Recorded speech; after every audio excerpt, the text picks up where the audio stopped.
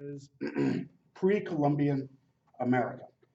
And that means I'm going to talk about American Indians. I'm going to focus mostly on North America. And I'm going to focus in particular on one civilization that I think is really fascinating and maybe many of you have never heard of. That's the Cahokia civilization that existed about 1,000 years ago. So first, we start with who these Native Americans or Amerindians or Indians, who they were and where they came from. And the first concept I want to introduce is the idea of Beringia. This was a land bridge connecting Siberia to Alaska. It formed somewhere around 20,000 years ago during the last ice age. It was not a glacier. We think of the ice age and we think of everything as being covered in ice. It was grassland because of just the environmental conditions in that area. And so we think that people were able to settle here and then eventually move on into North America and South America. And this is kind of a recreation, a map of what it would have looked like, right? The sea levels were lower, and so a lot of this that is water now would have been grassland, right? 20,000 years or so. And you see this other map here showing the bridge and then showing the paths, some of the paths that we think humans might have taken somewhere around, I mean, the dates vary and there's still lots of argument, anywhere between 20,000 years ago and maybe more recently, like 13,000 years ago. We call these people Paleo-Indians, the first ones to cross over into America. So we think that a small group of humans, maybe 20,000, a few thousand, settled in Beringia about 20,000 years ago. And then at some point, and there's just fierce debate, there's lots of disagreement. At some point, like I said, either 16,000 years ago or 11,000 years ago, or even there's some outliers who say even way, way farther back than that, 40,000 years ago, but that starts to get really controversial. Somewhere around 15,000 years ago, these humans left Beringia and they quickly spread throughout North and South America, establishing some of the settlements that you see on this map here. They came to America chasing or following herds of large animals like deer, woolly mammoths, mastodons. Eventually, they hunted most of those animals into extinction. We know this from archaeological evidence. We also know it from linguistic and DNA evidence.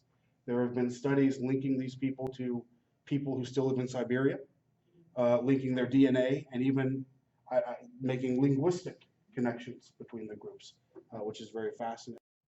So they entered, like I said, roughly 15,000 years ago, although it's highly debated.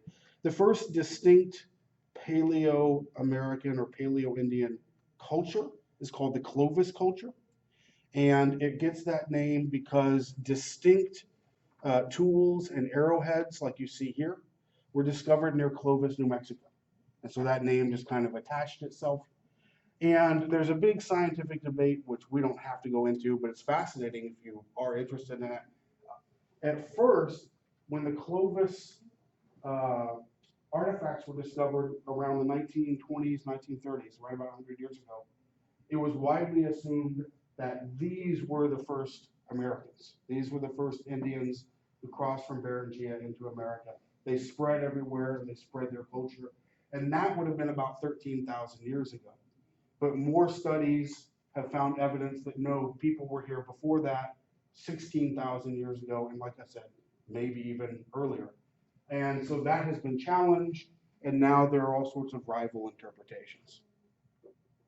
There's even right here in Texas, in a place called Buttermilk Creek, there are very recently, like 2016, 2018, there were discoveries of spearheads that are older than this and a different style than this. They're 15,000 years old.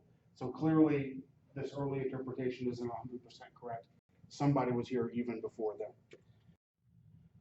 This map I found and I really like because it's just a great way to visualize really how humans settled the whole planet.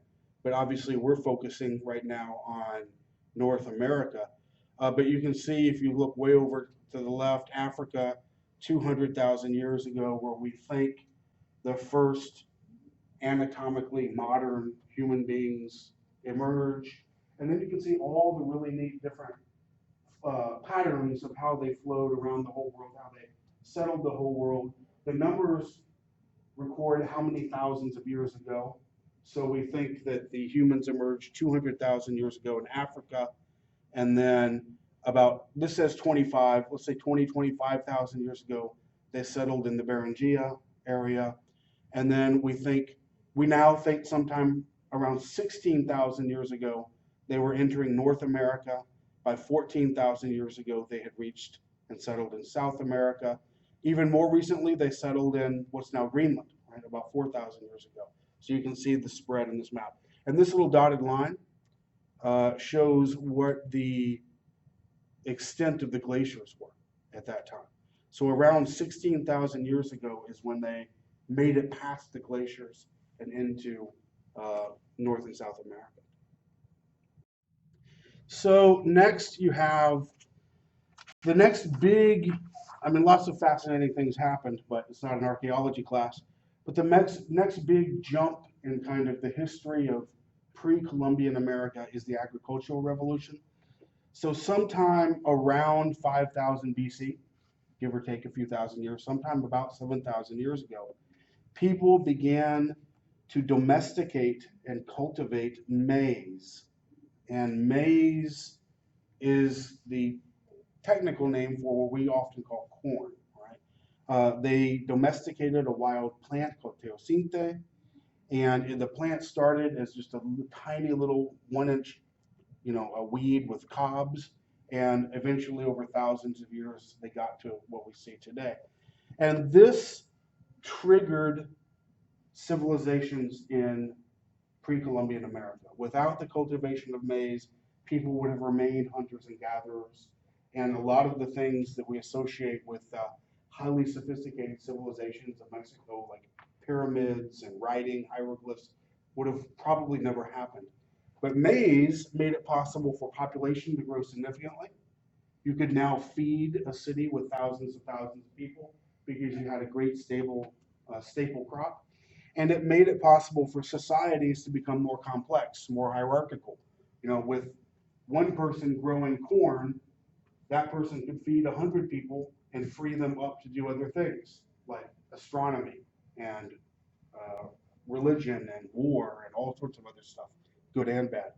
So populations grew, societies became more complex, and we think, well, the numbers here are highly, highly debated and even very controversial, but I'll just give you ballpark figures.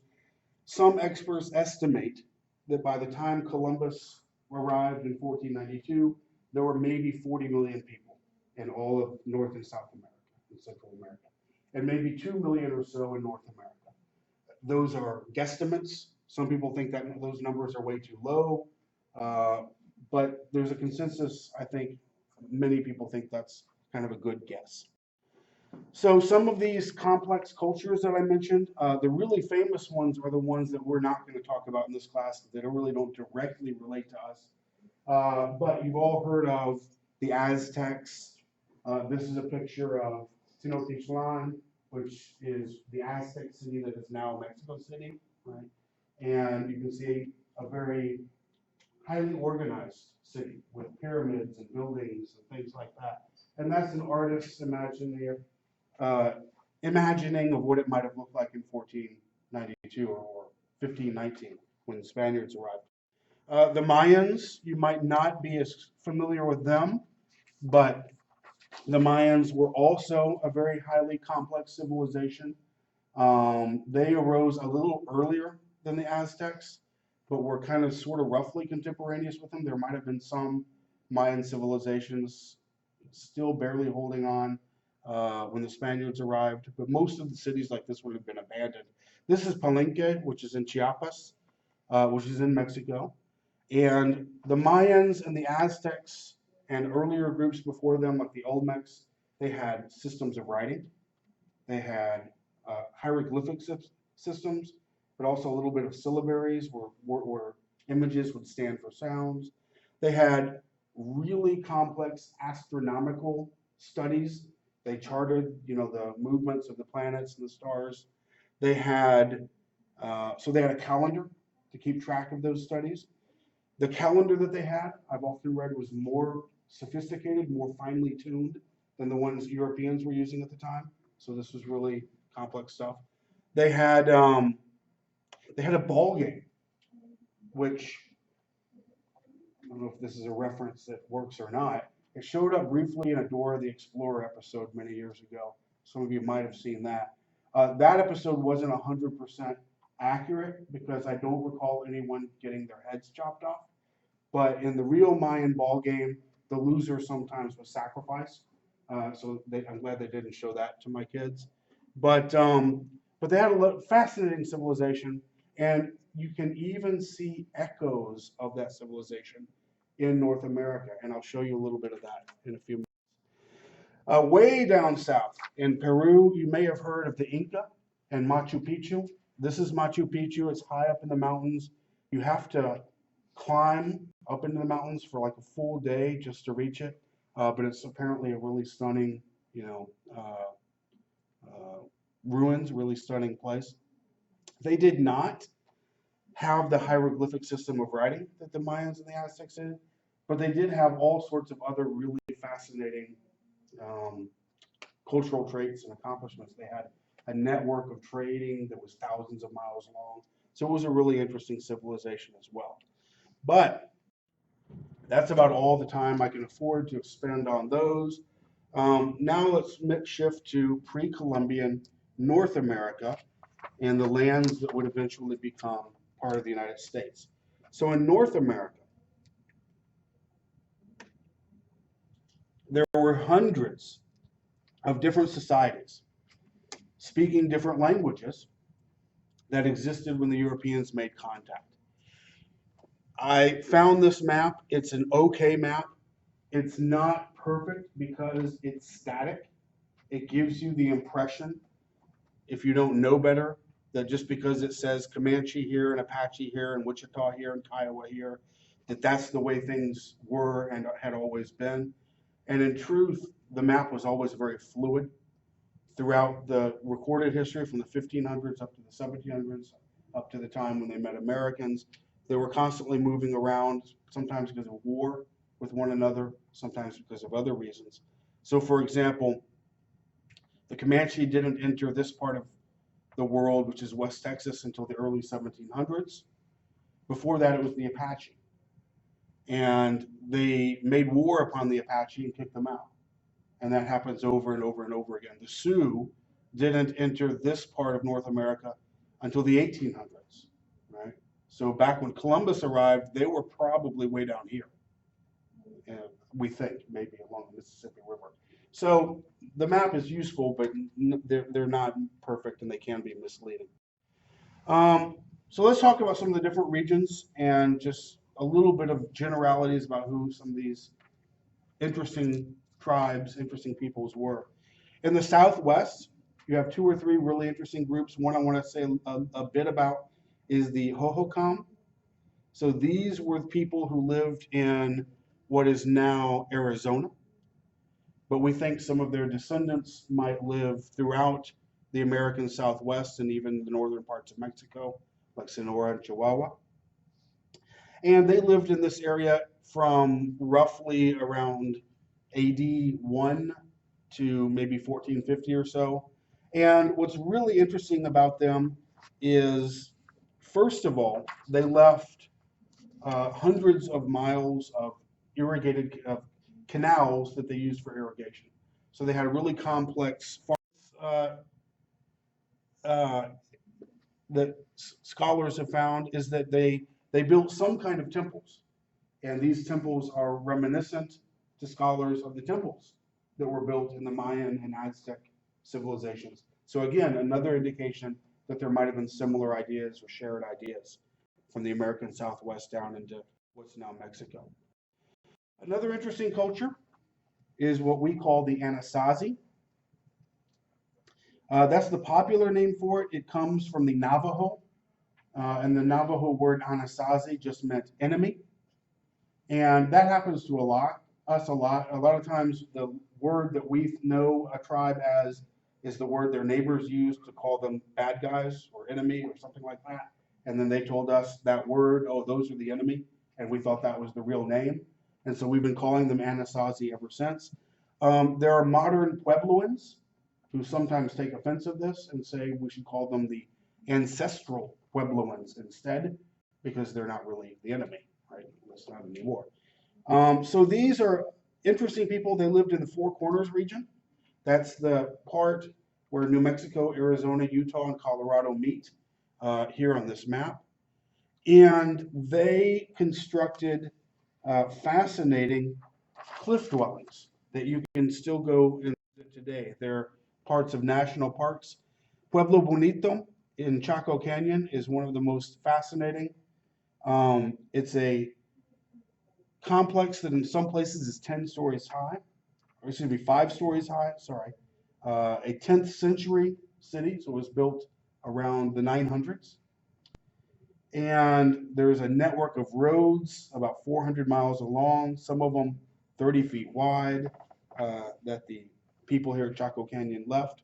Another interesting dwelling is the Cliff Palace at Mesa Verde National Park. This was built in the 1200s, and we think that maybe they built these for defensive purposes. Maybe they were hiding from somebody. Maybe they were fearful of an invasion or something of that kind, because they built them high up in cliffs and in really inaccessible places it was hard to reach, which may have served that kind of a purpose. By the end of the 13th century, so by the late 1200s, some horrific event, some cataclysmic event forced the Anasazi to abandon these homes and flee, maybe towards the Rio Grande and what's now the El Paso area today. We don't know exactly what it was. Some scholars think maybe it was just environmental. There was a severe drought and they had to leave because there wasn't enough water to sustain them. There are other archaeological finds that are more troubling. Evidence of cannibalism, evidence of massacres. So maybe there was an invasion and they fled from that invasion. We don't know for sure, but there's some interesting theories. Now moving on to the peoples of the Northwest. What's really interesting about the civilizations or the Indian societies in the Northwest is that they were they had large populations, they were dense populations, and they had all of the hierarchy and the social complexity that you associate with an agricultural civilization, but they did not have agriculture. In other words, they didn't have corn yet. Nevertheless, they were able to build a highly populated, very dense, very sophisticated culture because food was so prevalent, abundant. There was salmon in the rivers in the Northwest. The region has forests that have tons of game, deer, and smaller game, squirrels, rabbits, etc., etc. So food was so abundant in hunting and gathering and fishing that they were able to sustain a very large population with very complex societies. So that makes the Pacific Northwest kind of interesting.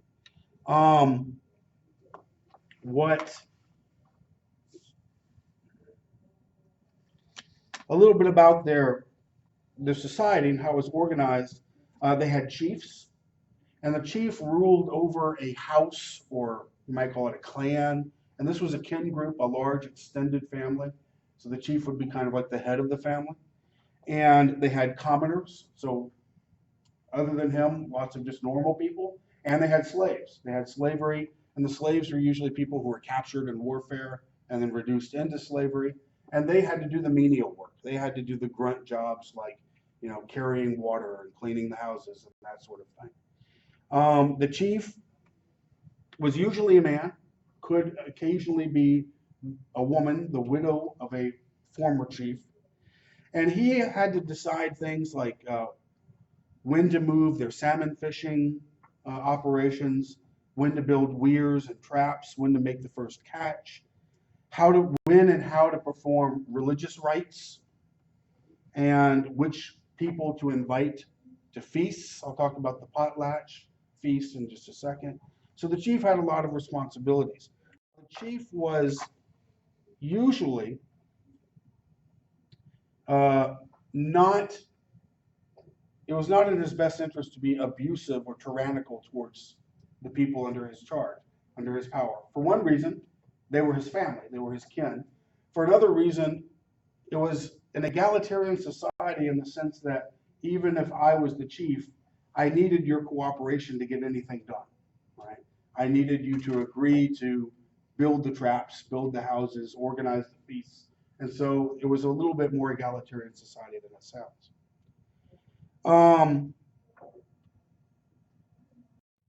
If you were a slave, these aren't slaves, this is a picture of a normal group of people. You had few rights. You could be treated very badly. You could be slain. You could be sold away at the owner's whim. Most house groups or most family groups had at least one slave, rarely more than a dozen. So you didn't have huge plantations with thousands of slaves like you associate with the American past. In some groups and in some circumstances, slaves could improve their lot in life by marrying out of slavery or by becoming so valuable to the group because of the work that they did that they could be kind of adopted into the group. So there were some avenues out of slavery. It wasn't necessarily internal. Another interesting thing about the Pacific Northwest was the prevalence of a custom that you do see in other parts of the world. It's certainly not unique to the Pacific Northwest, but this is head flattening. And what they would do is they would bind the newborn to a cradle board in such a way that it would gradually, shape the baby's head in whatever form they wanted. And they considered this a beautifying process. And they considered this a mark of elite status.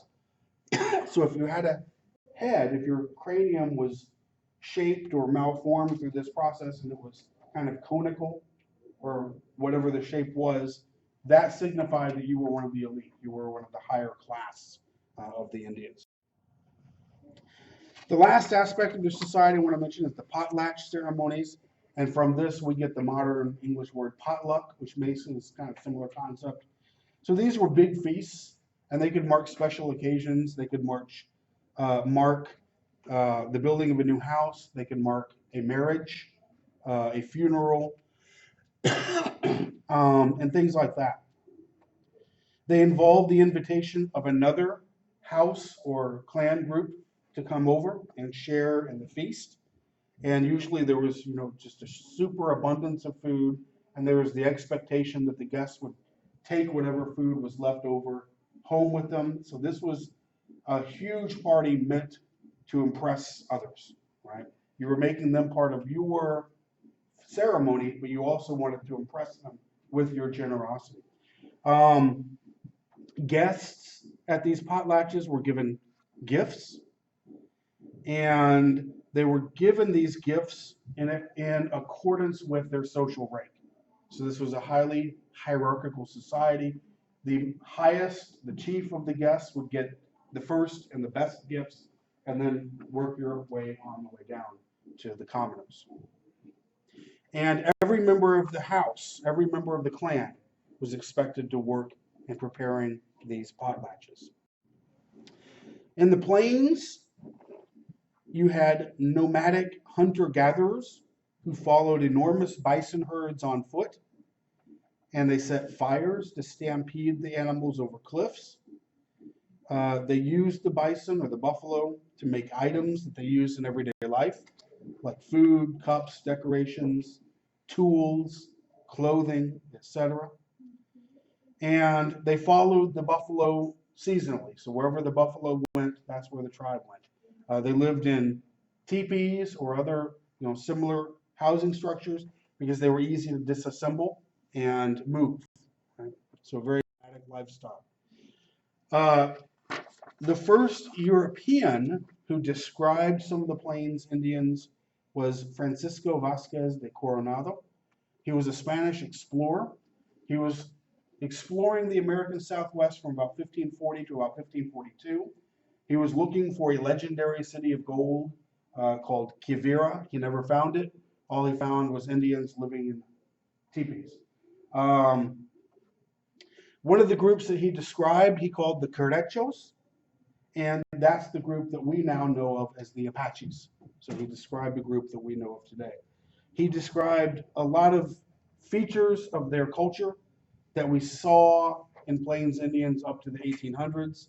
The buffalo skin teepees, a sled called a travois that was pulled by dogs, sign language. The Plains Indians used their own form of sign language to communicate with each other because there were many different linguistic groups, and things like that. Staple foods like jerky, pemmican, all of that was described by Coronado.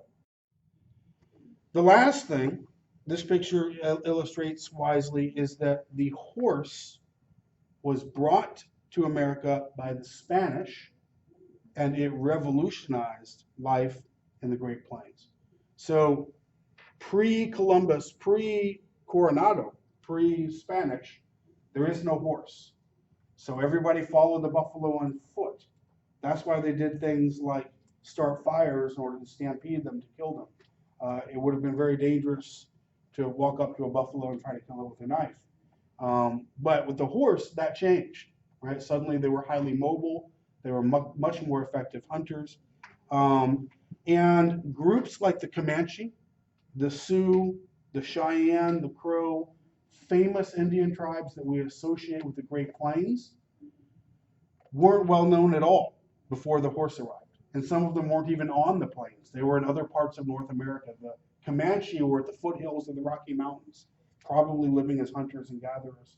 The Sioux were way off, probably along the Mississippi River somewhere, and they were probably farmers. But when the horse arrived, these cultures were transformed, and they became cultures that existed on hunting the buffalo. Another group is the Eastern Woodlands people. This includes Algonquian, Iroquoian, Muskogean language families. It includes the people that we'll talk about when the English settlers arrive and they meet Squanto and Pocahontas and all those famous names. The largest political unit among these Eastern Woodlands tribes was the village, usually led by a chief. The organization of the culture and the society was different depending on the group. In the Algonquian groups, you typically had patrilineal, meaning male-dominated political systems. And we see that I think with Pocahontas' tribe. Her father was the chief of the tribe, and men were usually chiefs of the tribe. In the Iroquoian-speaking societies, you had a matrilineal kinship system, which meant that inheritance and property descended through the woman rather than through the husband or the man. So you had a very different system of social organization. Anyway, so that's about that. Another major group, and here's where I really want to spend the most of my time, is called the Mound Builders. So the Mound Builders doesn't refer to a specific group of people. It refers to a specific trait or characteristic, which is that they all created large mounds that served as either burial sites and or temples. And we can see this pattern for about a 5,000 year stretch of time in North America, especially along the great rivers, the Mississippi and other rivers. So the first of the mound builders that we see is at Watson Brake. This is in northern Louisiana. It was built around 3,500 BC. So that would make it, 5,500 years old. And one of the things that's interesting about it, the mound was older than the Egyptian pyramids, older than Stonehenge. So the antiquity of it is interesting. But also, agriculture had not reached Louisiana yet. It was still down in central Mexico. It was still kind of getting going. And so these were hunter-gatherers. Nevertheless, for some reason, they built a highly complex site, right, with a huge mound. And we don't really know how or why. This is Poverty Point. This is in northeastern Louisiana, so not too far away from the first one. This was built sometime between 1650 BC and 700 BC, and there are several earthworks and mounds that are constructed by it. That's that from looking at this map. A very extensive trade network. Through trade, the Great Lakes area was connected to the Gulf of Mexico. This is a diagram of a platform mound, as it would have looked at in some of these villages. So it shows multiple layers of mound construction, structures such as temples or mortuaries, ramps with logs, stairs, and so forth. So the mound builders left hundreds of mounds in towns. The towns usually had large central plazas, and they had temples. The burial structures or the ceremonial structures were usually flat topped. And then at the top of that, we would have expected to see maybe a dwelling for a priest or a ruler or something like that. One type of mound that's really interesting were effigy mounds constructed in animal shapes. And this is the biggest and the most impressive of them. This is the Serpent Mound, or the Great Serpent Mound in Ohio. It's 1,330 feet long.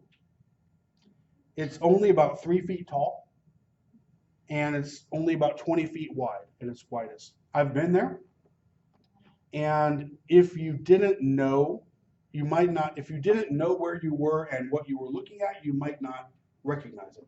You might be standing right next to it and think, oh, that's just a hill.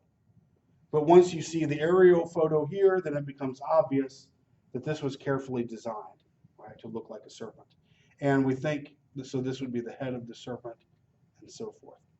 And then the tail kind of winding up all the way back here. I told you that Hernando de Soto described some of these mound building civilizations. He actually observed the people living in these towns with mounds and plazas. He surmised that many of the town's mounds, served as foundations for priestly temples. In one village near present-day Augusta, Georgia, he encountered a group ruled by a queen, and the queen told him that the mounds in her territory were burial places for nobles. And you'll see a specific example of that in just a few seconds. So one common use for these mounds would be giant tombs, right? That would be one reason they were constructed. Here in Texas, I mentioned briefly Caddo Mound, and you can see that here. We believe that this site was settled around AD 800 and then abandoned about 400, 500 years later, sometime in the 1200s. But for 400 or 500 years, there was a mound builder society here. A very small one, not like the huge ones at Cahokia I'm going to show you later. But you can still go visit and you can still see the 3 mounds that these people built. By the time Europeans arrived, the Caddoans were still here. It's still a recognizable Indian tribe. It's a federally recognized Indian tribe, but they live in Oklahoma today, and they had given up mound building hundreds of years before Europeans arrived. But this is a picture of Mound A. There's A, B, and C. And if I remember right, this one was ceremonial, so it had some sort of religious or political significance. And then the third of them, which I don't have a picture of, was a burial mound. They used it to bury notable people, right? Noble or high-ranking people. They lived right next to the mounds.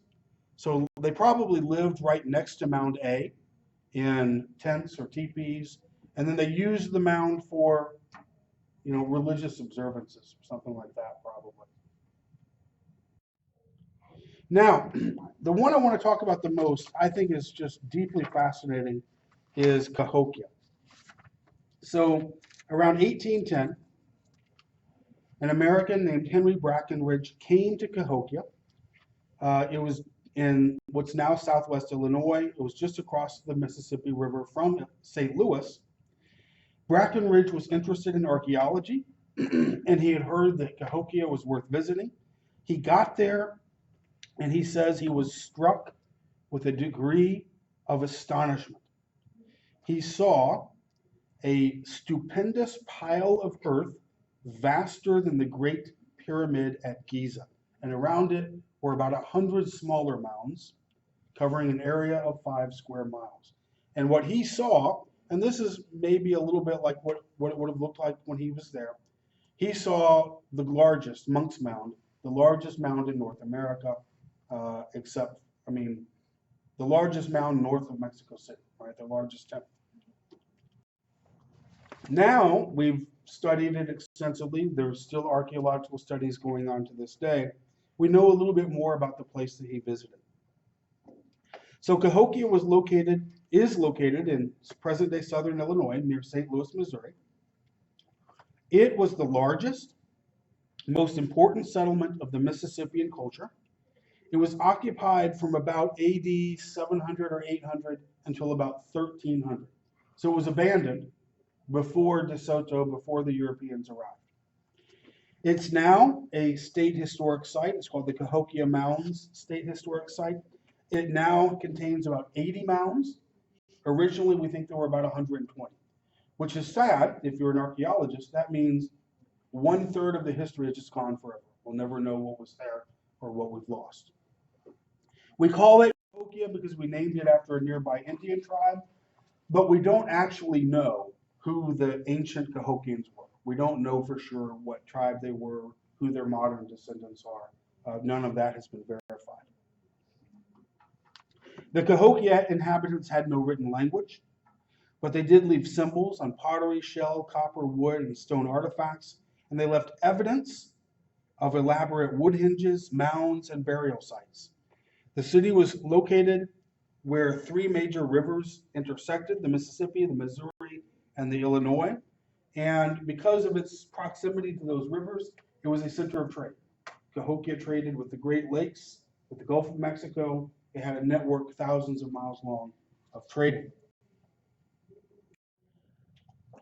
This timeline shows you kind of an overview of the settlement. So around 700 or 800, we begin to see woodland projectile points showing a settlement there. We see the culture developing by 800, 1,000 people before this population explosion, and then it jumps from about 1,000 in AD 1050 to about 20,000 or so, 10 to 20,000, just 50 years later. So by 1100, we think there are 20,000 people or so living there. They build some of these major sites that we see, and the last building is erected on the summit of Monk's Mound around 1150, and then about 1200 or so, we begin to see it start to decline. One thing I just want to stop and point out, I showed you pictures of Palenque and Tenochtitlan, the Aztec city. If you just look at what these artistic recreations of the city look like, it looks very similar, and it's kind of astounding. Maybe that's just pure coincidence. Maybe when humans in the ancient world built cities, they just always, everywhere wanted to build cities with temples and pyramids and so forth. Or maybe there was some sort of communication. Maybe they were aware of who the Aztecs and Mayans were from trade networks and so forth. No one really knows, but I think it's an intriguing question. So the population peaked around 20,000 or so in AD 1200 and then began to decline. One reason for the decline, it might have been an unhealthy place to live. An ancient city like this would have been one of the biggest cities in the world at the time, but it would have had problems with waste disposal. It would have had problems having a steady food supply for so many people. For whatever reason, it began to decline in the 1200s. Scholars have suggested other problems may have been overhunting. Maybe they depleted the local deer and animal food sources. Maybe deforestation was a problem. Flooding, warfare could have been a problem. There is evidence of warfare. Around 1175, we see them build these palisades around the central part of the city. And the palisades have these kind of guard posts. And that suggests that around 1175, they suddenly get worried about their neighbors, right? They're fearful of being attacked. So maybe warfare had something to do with the decline as well. I want to tell you a few more specifics about some of the fascinating things we've discovered about Cahokia. But just first, another note about what we've lost that we'll never find again. The second largest mound 100 years ago was called Powell Mound. No relation to me whatsoever. But there were a couple of farmers there, brothers, named William and Frederick Powell. They owned the farmland that this mound was on top of. It was huge. It was 300 feet long, so that's like, and 180 feet wide, so that's a football field. It was 45 feet high, so it was about 5 stories high, 4 or 5 stories. And by the 1920s, archaeologists knew what Cahokia was. They were interested in studying it. And the brothers, though, they had a farm to run. They wanted to, grow their crops. And this mound was just in the way. And they wanted to use the dirt to fill in a local, a shallow part of their farm. Well, first they offered to let scientists study the mound. They said, we'll give you permission to study it if you pay us $3,000, and you can study it for 3 years. And the scientists thought that was too much money. And it was a lot of money in those days. So that deal didn't work out. The state offered to buy it from them, to buy just the mound and an easement to get to it so they could walk across the Powell's farm to get to it. And the Powells said, no, you can buy the whole farm. Just give us a fair price, buy out the whole farm. But we don't want to sell just the mound. That would be weird. That would mess up our farm. And so they couldn't work out an agreement. And then the brothers became fearful. I don't know how or why, but they became fearful that the state was about to use eminent domain to just take the mound away from them. And they didn't want to let that happen. So they secretly arranged with some workers to come destroy the mound. So they spent about a week with a steam shovel, and they just took all the dirt off the mound and used it to fill in some local shallow areas on other parts of the farm. They allowed scientists to watch and to write down, to catalog some of what they were seeing during the destruction. But basically a week later, the mound was lost forever.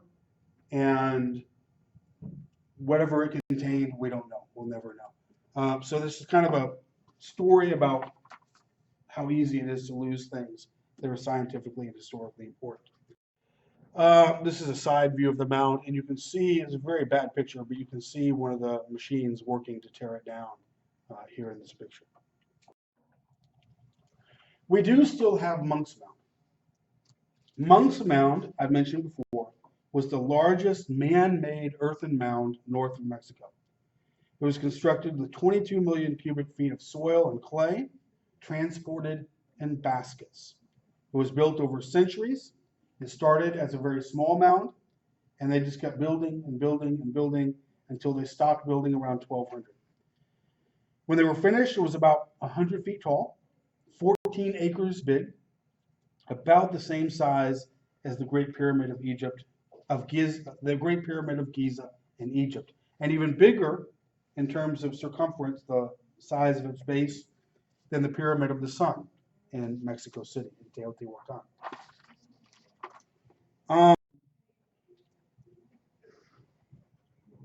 When Cahokia was lived in by Indians, there was a large building on top of the mound, and that building was a residence or a temple for the city's chief. And the chief served a dual role. He was kind of the chief of the religion and religious observances, as well as a political chief. We call it Monk's Mound because long after the Indians had abandoned the site, French missionaries came in and they built a chapel on the west end of the mound, and so it got named after Trappist monks who eventually lived in that chapel.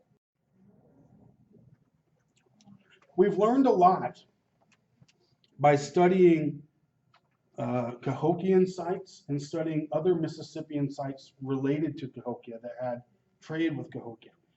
One of the things we've learned about is a game that was really, really popular during this time called Chunky. And this statue shows us a chunky player. So this is an Indian, and this is the disc that's an important part of the chunky game in his right hand. So the game originated around 600 AD, and it involved rolling a stone disc and throwing spears at it, and audiences gambled on the outcome. So I guess the idea was you rolled the disc, and then after it traveled a certain point, you would have a contest to see who could hit the disc with a spear or get as close to it as possible. And people would bet their entire fortunes on the outcome. So this chunky player statute was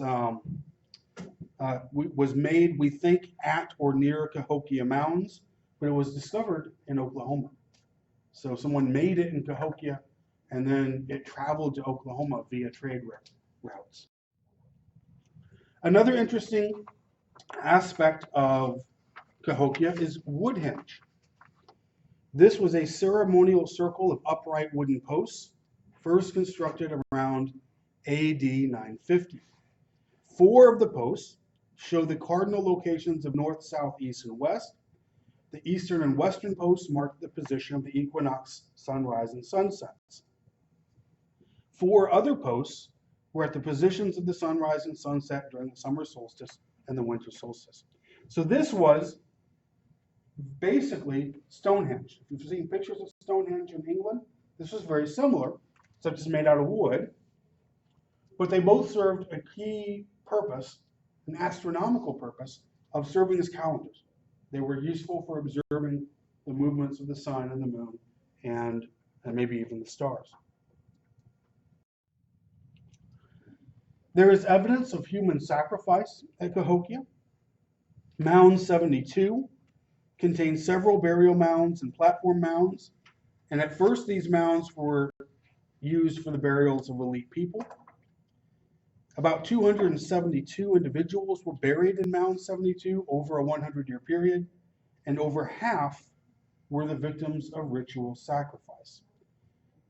Some of those victims, 24 women, were sacrificed and buried in a rectangular pit in the southeast corner of the mound.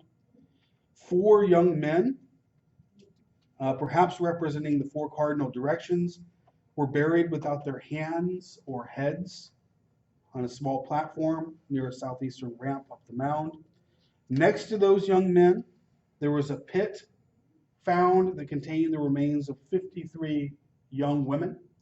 They had been sacrificed and then laid in rows, and that's what this image is showing you, possibly how the woman is about to be sacrificed, and then the bodies are laid out in a neat row for some religious purpose. I'm not sure what. 39 men and women were violently killed and buried in a pit nearby. Some were decapitated, some were killed by arrows, some had fractured skulls, some were buried alive. And then on top of them, they found the bodies of 15 elite individuals. Perhaps this was one of those mass sacrifices where they were meant to be servants for the elite people who were buried later, servants in an afterlife. I don't really know. One of the more interesting finds at Cahokia is this, the Birdman burial, or beaded burial. It was found in Mound 72. They found the body of probably an elite status male who was placed on a bed of 20,000 marine shell disc beads arranged in the shape of a falcon, with the bird's head underneath and beside the man's head, and its wings and tail beneath his arms and legs.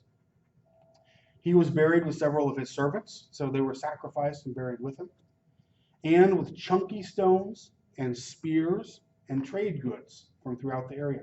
So this seems to have been one of those things where the servants were meant to accompany him to the afterlife, and they expected him to go hunting with his spears and to play chunky and have a good time. This motif, the falcon warrior or birdman motif, is seen at other sites in Cahokia and the Mississippian culture, as seen by the sandstone tablet. This is just one example of the Birdman motif. This was found on the east side of Monk's Mound in excavations about 50 years ago. There are many fascinating figurines that survive from the Cahokia civilization. This is probably my favorite. It's called the Berger figurine. It was made around AD 1100, and it was discovered near Cahokia. And it shows a kneeling woman wearing a pack on her back. You can see her kneeling here, and the pack you can see kind of up there, and using a hoe to till the back of a serpent on which she is squatting. So you can see in these pictures, the hoe is in her right hand, the serpent is down here, and she's kneeling on it and tilling it as if it were the earth. And this probably recreates some sort of, mythological story, some sort of religious story in the Cahokia civilization. The tail of the serpent splits and transforms into gourd flowers, vines, and fruit. So the serpent is thought to be associated with the underworld or death, and to represent the fertility of the earth. And the woman, the figure, may be an image of the Earth Mother or Corn Mother, who was a typical figure in Indian mythology. The Keller figurine shows a woman with long, straight hair. She has slight cranial deformation, so she's had the skull transformed.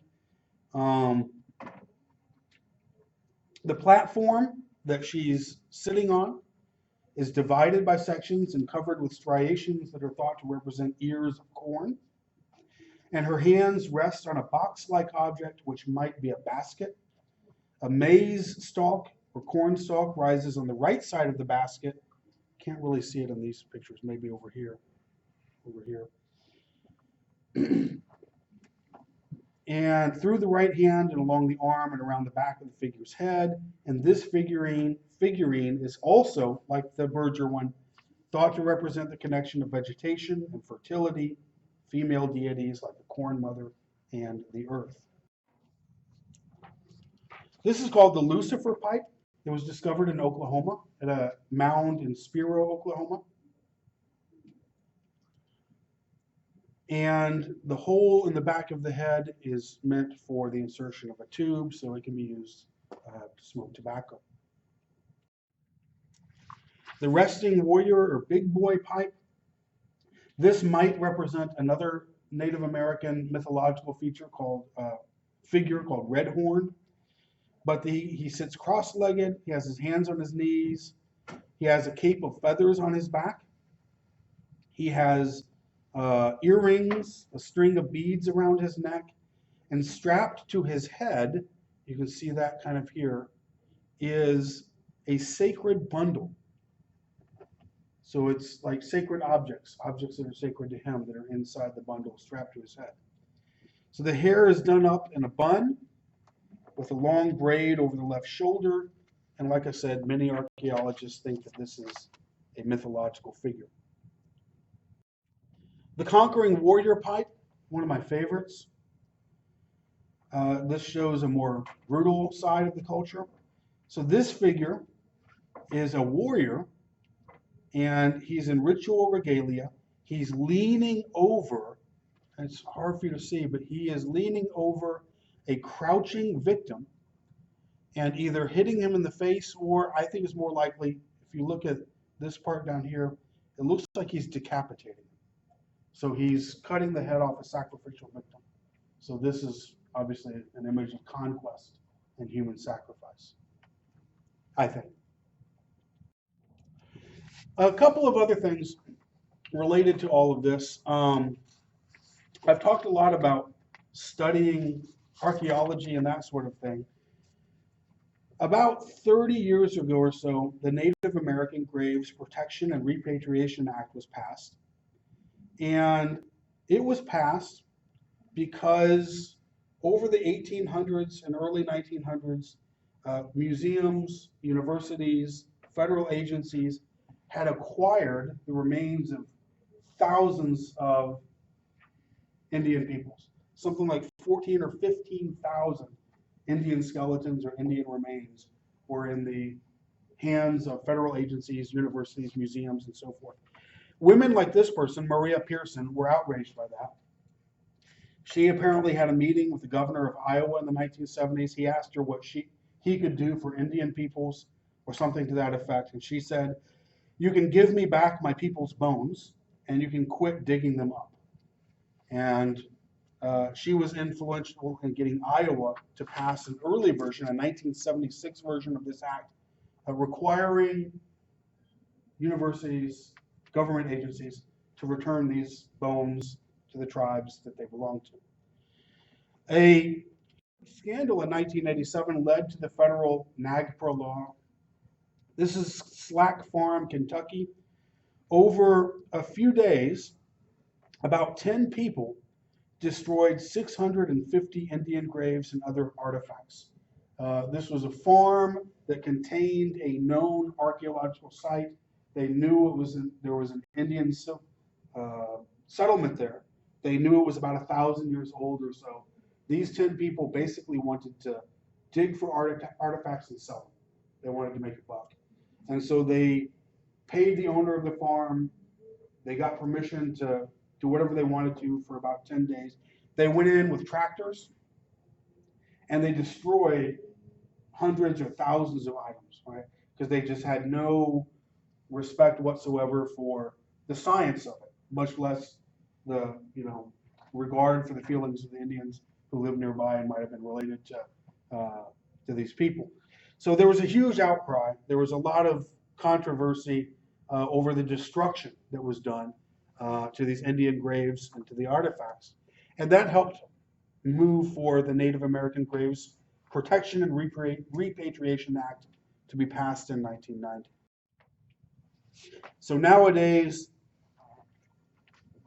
federal agencies and institutions that receive federal funding are required to return Native American cultural items, including human remains and sacred objects, to lineal descendants or culturally affiliated Indian tribes. And it's illegal to traffic in Native American human remains or cultural items. Here you see a picture of the Saginaw Chippewa Indian tribe of Michigan. They're holding a reburial ceremony for human remains that were returned to them in 2014 by the University of Michigan.